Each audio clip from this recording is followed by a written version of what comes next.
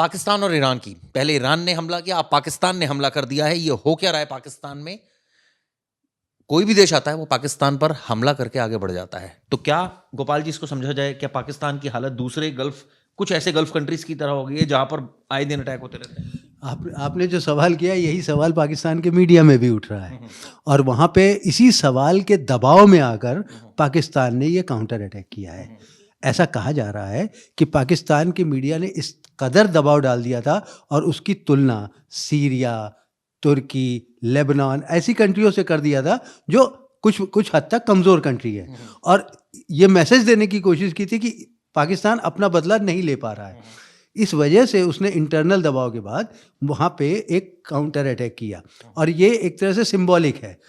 वजह यह है कि पाकिस्तान का जो एयर स्पेस था वो वायलेट किया था ईरान ने, बिना उसको बताए, बिना उसको कॉन्फिडेंस पे लिए उन्होंने वहाँ पे टेररिस्ट कैंप पे अटैक किया। पाकिस्तान के ऊपर मीडिया ने दबाव डाला। 36 घंटे की वो विंडो तैयार हुई थी, और उस 36 घंटे के अंदर पाकिस्तान ने एक काउंटर अटैक करके एक तरह से, या तो ये इसको दो तरीके से कहा जा सकता है कि एक तो अपना बदला पूरा किया, दूसरा ये है कि अपने अंदर जो उठ रहे सवाल थे उनको दबाने की भी कोशिश की है। लेकिन ये कहा जाता है गोपाल जी कि पाकिस्तान तो अटैक कर नहीं सकता था, तो एक तरह से देखा जाए तो अटैक करके उसने ये तो एक प्रोजेक्ट किया ना कि भाई मेरे अंदर दम है। नहीं तो देखिए, एक होता ना, हर कंट्री के ऊपर एक सॉवरेन होने का एक दबाव भी होता है। वहाँ का मीडिया, वहाँ पे तमाम जो इंटेलेक्चुअल है, या वहाँ के जो पॉलिटिकल गैलरी है, वहाँ पर भी इन सारे सवाल उठ रहे थे कि पाकिस्तान क्यों नहीं रिटेलिएट कर रहा है अगर उसकी सॉवरेनिटी को किसी ने चैलेंज किया है। अब पाकिस्तान और ईरान, इन दोनों के रिलेशन काफ़ी अच्छे रहे हैं हमेशा से। कभी इन लोगों के संबंध, हाँ, बॉर्डर पर जो उनका 900 किलोमीटर का जो बॉर्डर एरिया है, वहाँ पे कभी कभी छुटपुट घटनाएं होती रहती है, क्योंकि ज़्यादातर बलोच के एरिया में सारे टेररिस्ट कैंप पाकिस्तान की तरफ और ईरान की तरफ। इसमें एक चीज़ तो है ना, आपने कहा अच्छे रहे हैं, लेकिन अभी तो कुछ वर्षों से हम ये देख रहे थे कि दोनों में 36 का आंकड़ा रहा, ईरान के कई लोग मार दिए गए, इसी वजह से ईरान ने जो है बदला लिया। और वो जो आप बता रहे बलूच, अभी भी जो अटैक किया पाकिस्तान की तरफ से जो हुआ है, वो उनके वाला जो बलूच है वहां पर अटैक हुआ है, और ये कहा है कि 9 लोग उसमें मारे गए, जिनमें बच्चे भी हैं शामिल। कहने का मतलब ये है कि ईरान का अब क्या इसका और बदला लेगा ईरान, मतलब और ये बात उठ रही थी कि ईरान शायद इसका बदला ले, क्योंकि अब पाकिस्तान ने ईरान की टेरिटरी में अटैक किया है, और ईरान की तरफ से एक मैसेज भी आया है वहाँ के फॉरेन मिनिस्ट्री की तरफ से, और वहाँ के जो दूसरे मिनिस्टर्स हैं उनकी तरफ से भी ये बयान आया है कि चूँकि ईरान अपनी एयर स्पेस को प्रोटेक्ट करना चाहता है, बेशक वहाँ पे मारे गए जो 9 लोग या 11 लोगों की जो काउंटिंग आ रही है, वो सब पाकिस्तानी नागरिक हैं जो मारे गए हैं।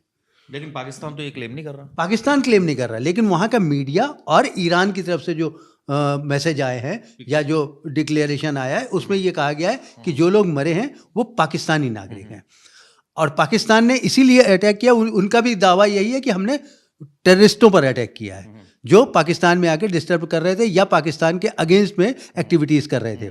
वही क्लेम ईरान ने किया। ईरान की तरफ से उसके बाद जब पाकिस्तान ने काउंटर अटैक कर दिया, तो ईरान की तरफ से ये बात आई सामने कि शायद ये रिटेलिएशन जो है वो एस्केलेट कर जाएगा। एक चीज़ और सामने आ रही है सर कि ईरान ने इस हफ्ते 3 देशों पर अटैक किया, जो जी हाँ, एयर स्ट्राइक की है। मैं बताता हूँ। इराक ने इराक पर की है, सीरिया पर और पाकिस्तान पर। जी हाँ, इराक की एक एरिया है इडलिब, हाँ, वहाँ पे उसने अटैक किया है। कहा जा रहा है कि वहाँ पे बैठ के मोसाद और उनकी तरह की दूसरी एजेंसीज जो थी वो ईरान के अगेंस्ट में एजिटेशन को डेवलप कर रही थी या ईरान के अगेंस्ट एक्टिविटीज़ कर रही थी। तो ईरान को ये खबर मिली, ऐसा ईरान का दावा है, तो उसने बाकायदा प्लानिंग के तहत 2 दिन पहले ही इडलिब में अटैक किया था, और सीरिया में उन लोगों पर अटैक किया था जो लोग ईरान के अगेंस्ट में एक्टिविटीज़ कर रहे थे, ईरान के सॉवरेनिटी के खिलाफ। ये भी कहा जाता है कि ईरान जो है वो बैक करता है पहले जो फिलिस्तीन का जो आतंकी संगठन है हमास, उसको बैक करता है, और ऑब्वियसली तो ये बात तो इजराइल को पसंद नहीं आएगी। अब ईरान जो है, ऐसा कहा जाता है कि ईरान हमास के साथ साथ हिजबुल्लाह को भी बैक करता है। हिजबुल्लाह ईरान के ही पैसों से डेवलप हुआ, और हमास को भी ईरान ने ही फंडिंग की है। इसके अलावा ईरान की जो फंडिंग है वो यमन के हुती विद्रोहियों के लिए भी है। तो ऐसा कहा जाता है जितने भी ये रिबेलियन गुट हैं जो पूरे गल्फ एरिया में और खाड़ी के देशों में अलग अलग जगहों पे डेवलप हो रहे हैं, उनको कहीं ना कहीं ईरान फंडिंग करता है। और इसी बात को लेकर इजराइल और अमेरिका ऑब्जेक्शन क्रिएट करते हैं कि ईरान को कहते हैं कि वो इस तरह की एक्टिविटीज़ में शामिल ना हो। लेकिन चूंकि ईरान और अमेरिका के रिश्ते बहुत अच्छे नहीं हैं, ईरान और इजराइल के रिश्ते बहुत अच्छे नहीं हैं, मगर ईरान इसलिए थोड़ा सा खामोश रहता है या बहुत तेज़ी से रिएक्ट नहीं करता है क्योंकि वहाँ बीच में एक सऊदी अरब है और वहाँ पे वो मुस्लिम कंट्री वाला एक फैक्टर आ जाता है जहाँ पे वो लोग आपस में नहीं लड़ने की बात कहते रहते हैं। हालांकि लड़ते खूब हैं, ये सब कंट्रीज़ आपस में कहीं ना कहीं किसी न किसी मुद्दे पे आपस में खूब लड़ते हैं, मगर दुनिया को दिखाने के लिए कि हम भाई भाई हैं, हम लड़ेंगे नहीं, मगर सब एक दूसरे को लड़ते हैं। बस वहाँ पे उनका सिया और सुन्नी वाला फैक्टर जो है वो कहीं ना कहीं काम आता है। बिल्कुल ठीक है गोपाल जी ने। और इसके बीच, इन सब के बीच जिस तरह से पाकिस्तान ने अब ईरान पर अटैक किया, क्या आने वाले वक्त में ईरान भी इसका बदला लेगा, ये देखने वाली बात होगी। और हमने देखा किस तरह की जो इक्वेशन गोपाल जी ने समझाई कि क्या वेस्टेड इंटरेस्ट है। अगर ईरान 3 देशों पर स्ट्राइक कर रहा है एक हफ्ते के अंदर, तो उसके पीछे क्या मकसद है। ऑब्वियसली एक सवाल सर और पूछना चाहूँगा, इससे इकॉनमी पर उनकी असर नहीं पड़ेगा? अगर वो इस तरह की झगड़ों में शामिल रहेगा तो नेचुरली वो अपनी, इससे ऐसा नहीं है कि इकोनॉमिक पे असर नहीं पड़ेगा, इससे बहुत बड़ा असर पड़ेगा, पूरे व्यापक स्तर पे पड़ेगा।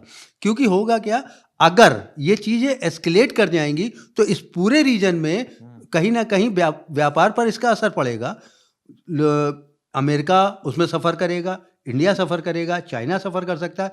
हाँ, आपको एक बात बताना भूल गया मैं, इस पूरे एक्टिविटीज़ में जो पाकिस्तान और ईरान के बीच में हुआ, इसमें अब अचानक 4 कंट्री कूदने लगे हैं।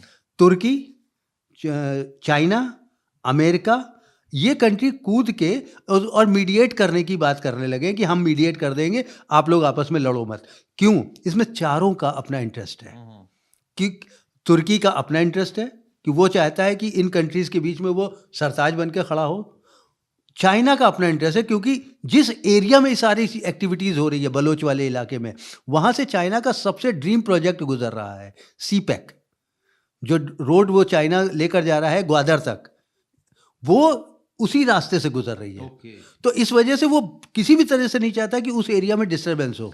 तो ये आपने देखा किस तरह से गोपाल जी ने समझाया डिटेल में कि क्या जोग्राफिकल कंडीशन है, क्या फाइनेंशियल कंडीशन है, क्यों अटैक किए जा रहे हैं, और अब इससे क्या असर पड़ने वाला है गल्फ कंट्रीज़ में। खासकर अगर बात की जाए तो क्या एक अलग टाइप का एक सिचुएशन क्रिएट हो रही है, देखने वाली बात होगी। वीडियो दोस्तों कैसी लगी ज़रूर बताइएगा।